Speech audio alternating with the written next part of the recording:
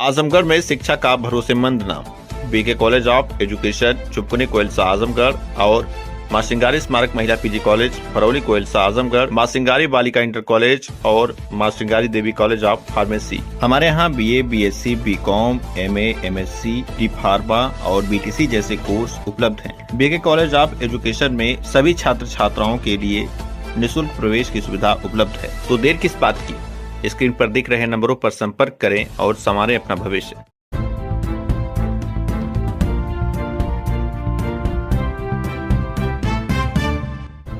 नमस्कार, आप देख रहे हैं तेज न्यूज। मैं हूं आपके साथ विनोद राजभर। आइए शुरू करते हैं खबरों का सिलसिला।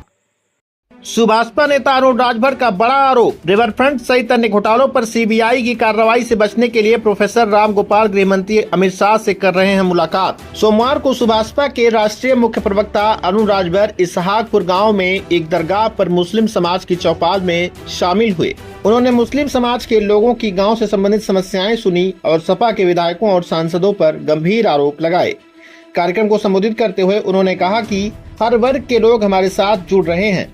अब्दुल मजीद खान व बड़ी संख्या में मुस्लिम समाज के लोगों के बुलाने पर मैं यहाँ पहुँचा हूँ और समाज के लोगों ने अपनी दर्द भी हम लोगों से कहा है। उनकी समस्याएं दूर नहीं हो रही हैं और न तो विधानसभा के विधायक और सांसद उनकी हाल चाल लेने की जरूरत समझते हैं। देखिए, इसहाकपुर ये दरगाह पर भारी संख्या में यहाँ लोग अपनी मन्नतों को मांगते हैं और यहाँ बाबा के दरबार में लोग आते हैं अपने अपने श्रद्धा के साथ, और जो भी मुरादें होती हैं वो पूरा कराने के लिए यहाँ सब लोग अपना आशीर्वचन लेते हैं। और इसीलिए हमें आज इस कड़ी में हमको इसहाकपुर गांव में बड़ी संख्या में लोग हमारे यहाँ गए थे, जिसमें मजीद अहमद खान हैं, हमारे नसरुल्लाह खान साहब हैं, सद्दाम है, लतीफ़ है। ये सभी लोगों ने हम लोगों को यहाँ बुलाया और बुला करके अपने दर्द को भी बताया। और इस दर्द में मैंने महसूस किया कि गांव का आदमी जब अस्पताल जाता है और उसके लिए रास्ता नहीं होती है तो वो बहुत तकलीफ़ में अपने आप को घुटन महसूस करता है कि हम जिस धरती पर रहते हैं उस धरती पर जिनको मैंने अपना समर्थन दिया, जिनको हमने अपनी ताकत दिया, वो कभी हमारे दरवाजे पर कभी झांकने नहीं आया। और मैं तो देख रहा हूँ कि गांव-गांव जा कर के मैं महसूस कर रहा हूँ कि जैसी तकलीफ़ इसहाकपुर के लोगों का है वैसे ही तकलीफ़ वाजिदपुर के लोगों का है, उसी तरीके का तकलीफ़ अशरफपुर का है, उसी तरीके के हर गाँव की तकलीफ़ें मुझे दिखाई दे रही है। तो मैंने देखा, महसूस किया कि लोग अगर तकलीफ में है तो इसका समाधान करने का भी प्रयास करना चाहिए।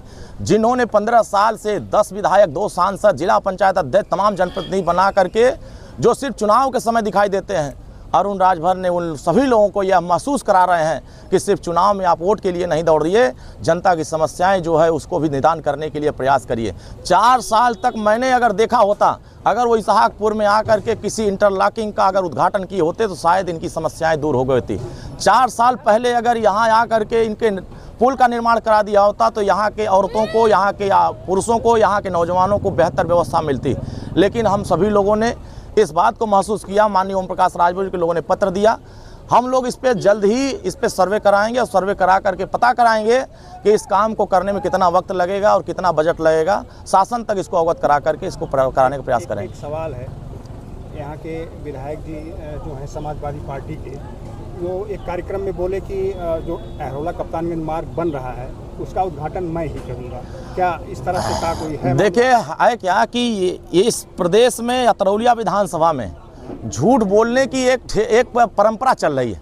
झूठ बोलने की एक ट्रेनिंग चल रही है। जैसे समाजवादी पार्टी के मुखिया ट्रेनिंग दे रहे हैं, वैसे ही यहाँ के जनप्रतिनिधि उस ट्रेनिंग का पालन कर रहे हैं। जब बनवाना हुआ था तो बरसात के सीजन में अपने लोगों को धान का बीज लेकर के उसी सड़क पर धान लगवाते थे, और अरुण राजभर, माननीय ओम प्रकाश राजभर ने बरसात के सीजन में उस धान को लगाने का परंपरा हटाने का काम किए हैं। तो सभी लोग उस पर बहबाई लूटने के लिए परेशान हैं। जनता जानती है, जनता को भरोसा है कि हमारे दर्द को कौन दूर किया। कोई कुछ करे, हमारा एक सामान्य कार्यकर्ता उद्घाटन करके आया, उत्तर प्रदेश के प्रदेश अध्यक्ष राकेश कुमार गोंड जी से हमने उद्घाटन कराया है। वो पहले से उद्घाटन हो चुका है, काम चल रहा है, अब कैसा उद्घाटन करेंगे? एक सवाल और है कि अभी उसी पार्टी के कुछ लोगों का दावा है कि आपके 4 विधायक झंडा लगा के नहीं चल रहे हैं। और ऐसा है कि ये समाजवादी पार्टी के लोगों की एक चाल है जी, कि रिवर फ्रंट घोटाले की चर्चा ना हो, जी, खनन घोटाले की चर्चा ना हो, साइकिल ट्रैक घोटाले की चर्चा ना हो। ये चर्चा से ध्यान भटकाने के लिए समाजवादी पार्टी के लोग इस तरह की बातें कर रहे हैं। ये समाजवादी पार्टी के लोग बतावें कि क्या समाजवादी पार्टी के बड़े नेता श्री राम गोपाल यादव जी श्री अमित शाह जी से मुलाकात किए हैं कि नहीं किए हैं? अगर वो किए हैं तो किस बात के लिए किए हैं? रिवर फ्रंट घोटाले की जांच रोकने के लिए किए हैं, खनन घोटाला की जांच रोकने के लिए किए हैं, जो सीबीआई ने नोटिस दिया है। अब बात बहुत दूर निकल गई है, अब जनता को बताना पड़ेगा। उनका ये भी आरोप है कि आप अखिलेश यादव से मिले हैं, वो भी रात के अंधेरे में। ऐसा है कि ये सब बौखला गए, इनके चेहरे बोलते हुए इनका चेहरा देखिए, ये इतना डर में बोल रहे हैं, इतना कांप रहे हैं। एक प्रतिक्रिया दिया गया है, अब पूरी समाजवादी खानदान सैफई परिवार गाली देने पर उतर आई है, तरह तरह की बातें करने पर उतर आए। इनको तो जवाब देना पड़ेगा कि 15 साल के कुशासन में ये सरकार थी तब क्यों नहीं काम किए।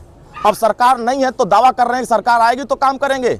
जो अंतर्राष्ट्रीय विकास कराने की बात कर रहे थे, आज वो अंतर्राष्ट्रीय विकास देखना हो अगर, तो वाजिदपुर के बगल में एक गांव है रायपुर, वहां चले जाएं, अंतर्राष्ट्रीय विकास उनका दिख जाएगा।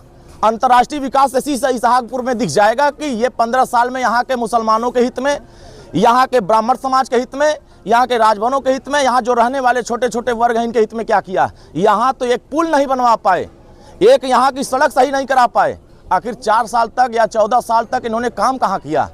ये सिर्फ साल का अंतिम वर्ष जब होता है तो समाज को मूर्ख बनाने के लिए, जनता की आंख में धूल झोंकने के लिए 4-6 सड़कें जो 200-200 मीटर 100 मीटर की रहती हैं, वहाँ महिलाओं को आगे खड़ा करके, लड़कियों को आगे खड़ा करके फीता काट के ये पैसे देते हैं कि हम विकास कर रहे हैं। और 4 साल का बजट कहाँ किए।